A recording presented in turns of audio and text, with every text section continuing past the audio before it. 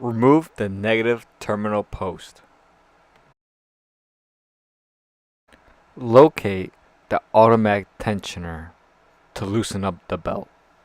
Using a breaker bar, release the tension and pull off the belt.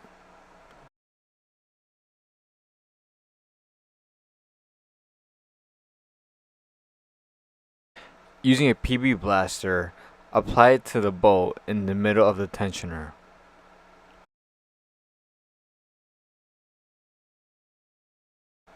Because of the rustiness, using a breaker bar, an extender, and a socket is used to remove the bolt.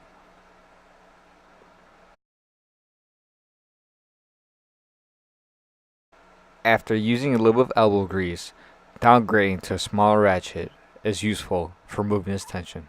Keep in mind to notice any difference, if any, between the old and the new tensioner with the bolt and the wheels.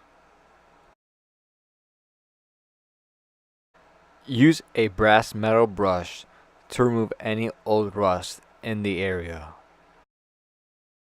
Use some blue thread lock and apply it to the bolt to prevent any vibration moving the bolt off the tensioner.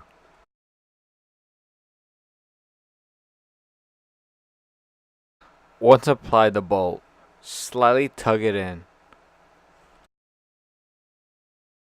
Slightly put the belt on, ensuring every pulley and wheel is on the belt.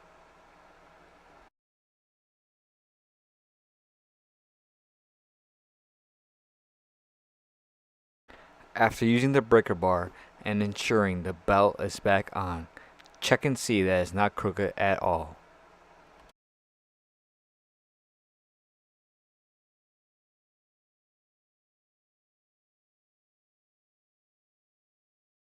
Using an owner's manual, make sure the automatic tensioner is bolted on using a torque wrench.